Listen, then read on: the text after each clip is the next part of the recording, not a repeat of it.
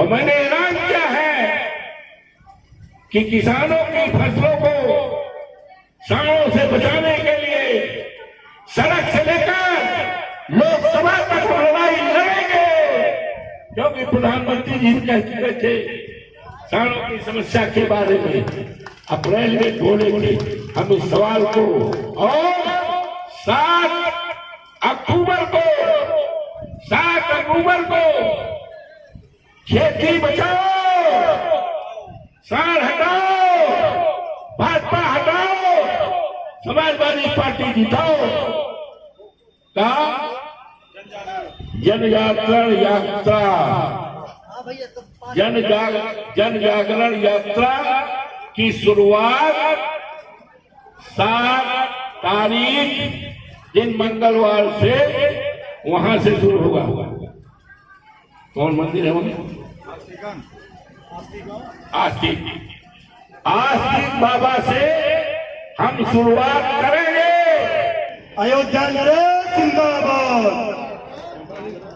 जी सांसद।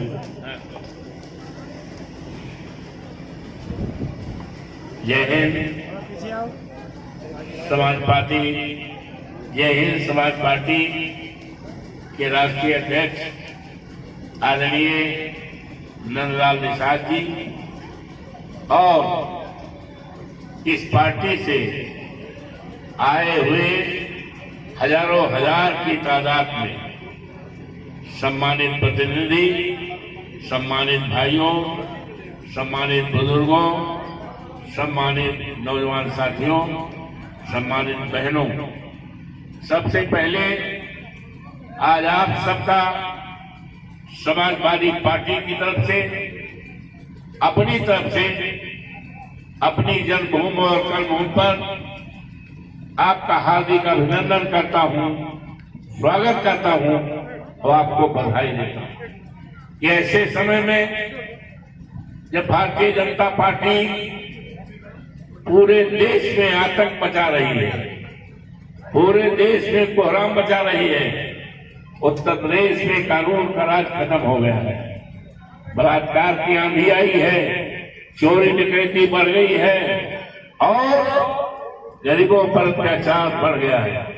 ऐसे समय पर यहाँ पर उत्तर प्रदेश में जो 10 उपचुनाव होने हैं, इन 10 चुनाव में आपने भारतीय जनता पार्टी को हराने के लिए, भारतीय जनता पार्टी को कूड़ेदान में डालने के लिए जो संकल्प करके हजारों हजार की तादाद में आप अपने साधन से आए हैं, मैं आपका सम्मान करता हूं, आदर करता हूं और आपको हार्दिक बधाई देता हूं।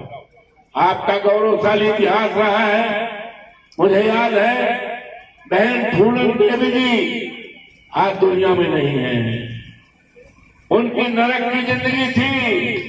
आज हमारे नेता माननीय मुलायम सिंह जी नहीं है, उन्होंने फूलन देवी को जेल से निकाल करके देश की सबसे बड़ी पंचायत पार्लियामेंट में भेजा था। केवल फूलन देवी का ही सम्मान नहीं, देश के तमाम निषादों का और देश के उन तमाम लोगों का जिनके ऊपर अत्याचार सदियों से होता रहा है, उनको सम्मान देने का काम हमारे नेता आदरणीय मुलायम सिंह यादव ने किया। लेकिन अफसोस है कि बहन फूलन देवी की बढ़ती हुई लोकप्रियता के चलते और रहते उन्हें हमारे आपके बीच से उठा लिया गया। इसका हमें दुख है, लेकिन आज न जाने कितनी बहनें फूलन देवी के रूप में अन्याय अत्याचार के खिलाफ खड़ी हो गई है, सड़कों पर उतर आई है, अन्याय अत्याचार को भगाने का इन्होंने संकल्प किया है।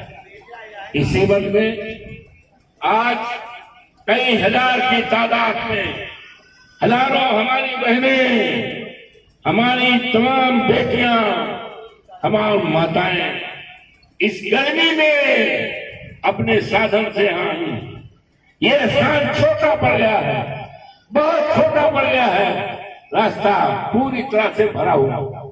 ये संदेश देने आई है, भारतीय जनता पार्टी को बताने आए हैं कि भारतीय जनता पार्टी जो दम भरती है, एक महीने से 1.5 दर्जन से ज्यादा मंत्री लोग हैं।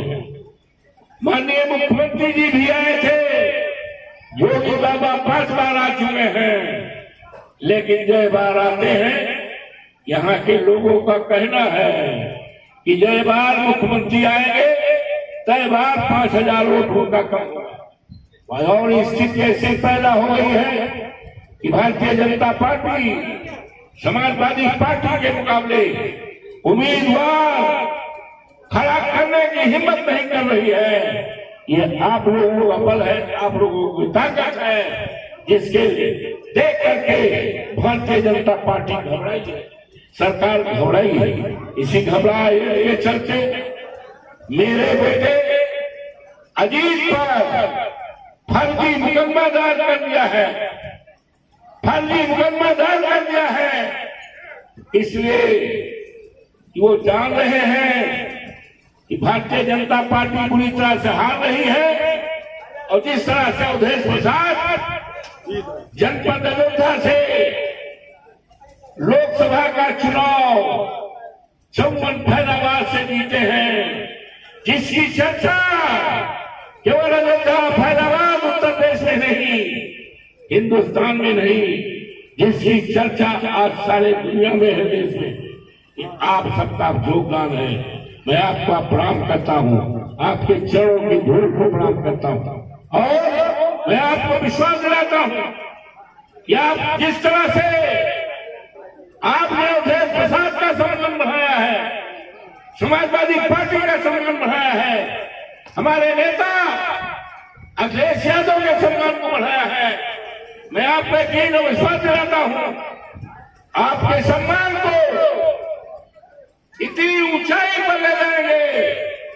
आपके बेटों को सरकारी नौकरी देकर, आपके साथ होने वाले अत्याचार के खिलाफ लड़ाई लड़ करके, कि फिर कभी भी इस आजाद देश में आप लोगों के ऊपर किसी प्रकार का जुर्म अत्याचार नहीं हो। और मुझे खुशी है कि आज हमारे निषाद भाइयों ने, यो तो हमने जब से राजनीति शुरू किया है, आज हमारे बीच में आदरणीय साहब निषाद जो अर्थर खमरिया के रहने वाले थे, हमेशा मैंने अपनी पार्टी का उनको अध्यक्ष हमेशा बनाया था, हमने बड़ा खुनखी लड़ाया था।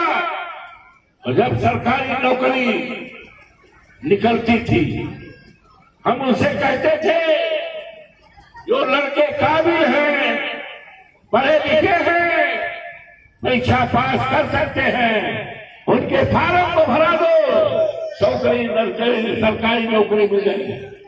न जाने कितने लड़कों को सरकारी नौकरी मिली। लेकिन आज भारतीय जनता पार्टी की सरकार ने बड़ा बड़ा नारा दिया था, भाइयों बहनों हमारी सरकार बनाओ, 2 करोड़ नौकरी हम देंगे। भाइयों बहनों हमारी सरकार बनाओ, 15 लाख खाते देंगे। भाइयों बहनों हमारी सरकार बनाओ, काला धन बाहर आ जाएगा। भाइयों बहनों हमारी सरकार बनाओ, किसानों की आमदनी दूर हो जाएगी। सरकार तो बन गई, लेकिन प्रधानमंत्री की बातें सारी गलत साबित हुई है। इससे देश में और क्या हो सकता है? यही नहीं, आज हमारा किसान बहुत परेशान है। किसानों के लाभ चाहे जाड़ा हो, चाहे गर्मी हो, चाहे बरसात है, घर पर नहीं बीत रही। 5,000 से ज्यादा किसानों को सालों ने जान से ले लिए।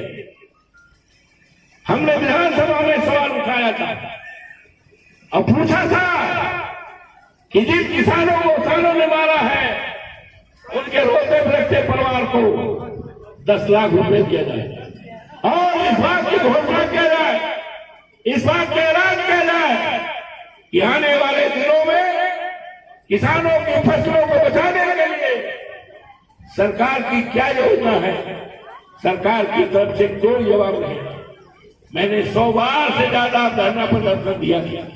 मैंने विधानसभा में बात रखा था, अभी कल भी मैंने धरना दिया है और मैंने ऐलान किया है कि किसानों की फसलों को सांडों से बचाने के लिए सड़क से लेकर लोकसभा तक लड़ाई लड़ेंगे, क्योंकि प्रधानमंत्री जी कह चुके थे सांडों की समस्या के बारे में अप्रैल में बोलेंगे। हम इस सवाल को और 7 अक्टूबर को खेती बचाओ, सांड हटाओ, भाजपा हटाओ, समाजवादी पार्टी जिताओ का जन जागरण यात्रा की शुरुआत 7 तारीख दिन मंगलवार से वहां से शुरू होगा। कौन मंदिर है वहां? आस्तिक बाबा से हम शुरुआत करेंगे कि खेती बचाओ, सांड हटाओ, भाजपा हटाओ, देश बचाओ की चेतना यात्रा हम करेंगे। इसकी शुरुआत हम मंगल को और 11 बजे से करेंगे और ये कार्यक्रम हमारा सड़क से लेकर लोकसभा तक चलेगा। लोकसभा की बैठक में भी हम आएंगे और इस देश और प्रदेश के किसानों को सांडों से उनकी फसल को बचाएंगे, सांडों से मरे हुए लोगों को, रोते लगते परिवार को, उनको हम जाना जाने काम करेंगे। ज्यादा न कह करके आपसे प्रार्थना है, बाई इलेक्शन है, भारतीय जनता पार्टी पूरी तरह से लोकसभा हम जीते हैं और ये चुनाव तो मिल्कीपुर का है, लेकिन भारतीय जनता पार्टी ने इसे राष्ट्रीय चुनाव बना दिया। भारतीय जनता पार्टी ये महसूस करती है कि जो झारखंड से समाजवादी पार्टी का उम्मीदवार, इंडिया गठबंधन का उम्मीदवार अखिलेश यादव का उम्मीदवार जीता है, जिससे उसके मुंह पे काली पोती गई है, काली पुती है। काली को छुड़ाने के लिए, उसका बदला लेने के लिए मिल्कीपुर को उन्होंने टारगेट बनाया है कि हम मिल्कीपुर को जीतेंगे। लेकिन हम कहना चाहते हैं, आप सबके बलबूते और सहारे, आपकी ताकत के बदौलत और क्षेत्र के लोगों की ताकत के बलबूते भरोसे कहना चाहता हूँ, भारतीय जनता पार्टी जमानत नहीं बचा पाएगी, जमानत नहीं बचा पाएगी, जमानत नहीं बचा पाएगी। और यहाँ के लोग लाखों लाख की तादाद में समाजवादी पार्टी को वोट देंगे, समर्थन करेंगे और भारतीय जनता पार्टी को पूरी तरह से कूड़ेदान में डालने का काम करेंगे। भारतीय जनता पार्टी अपनी जमानत नहीं बचा पाएगी, यहाँ के लोग उन्हें कूड़ेदान में डालेंगे और कभी भी फिर कम से कम मिल्कीपुर और जो भारतीय जनता पार्टी उठ नहीं पाएगी। समझ इन शब्दों के साथ मैं आप सबका अभिनंदन करता हूँ, स्वागत करता हूँ और आपसे प्रार्थना करता हूँ, आने वाला दिन में चुनाव 1 महीने के अंदर होने जा रहा है, 2010 के अंदर ऐलान भी हो जाएगा। आपको साइकिल पर जिस तरह से आपने मुझे साइकिल पर वोट देकर जिताने का काम किया था, उसी तरह से आने वाले दिनों में आपको केवल साइकिल निशान पर बटन दबाना है, तभी भारतीय जनता पार्टी हारेगी, तभी यहां से सांड जाएगा और तभी यहां से आपकी खेती की रखवाली होगी और आपके बाल बच्चों को सरकारी नौकरी मिलेगी। इन्हीं शब्दों के साथ समाजवादी पार्टी जिंदाबाद।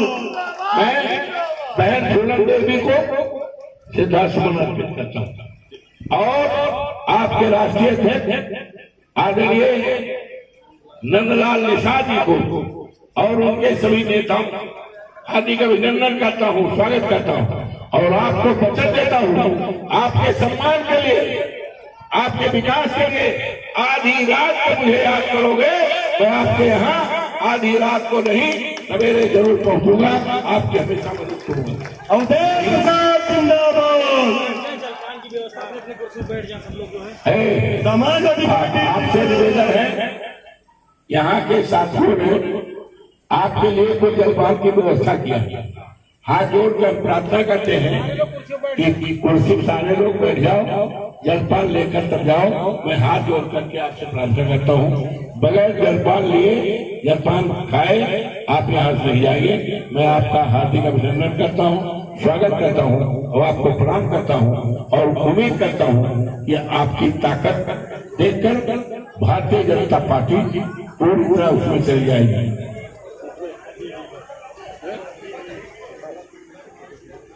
नारा लगा लो।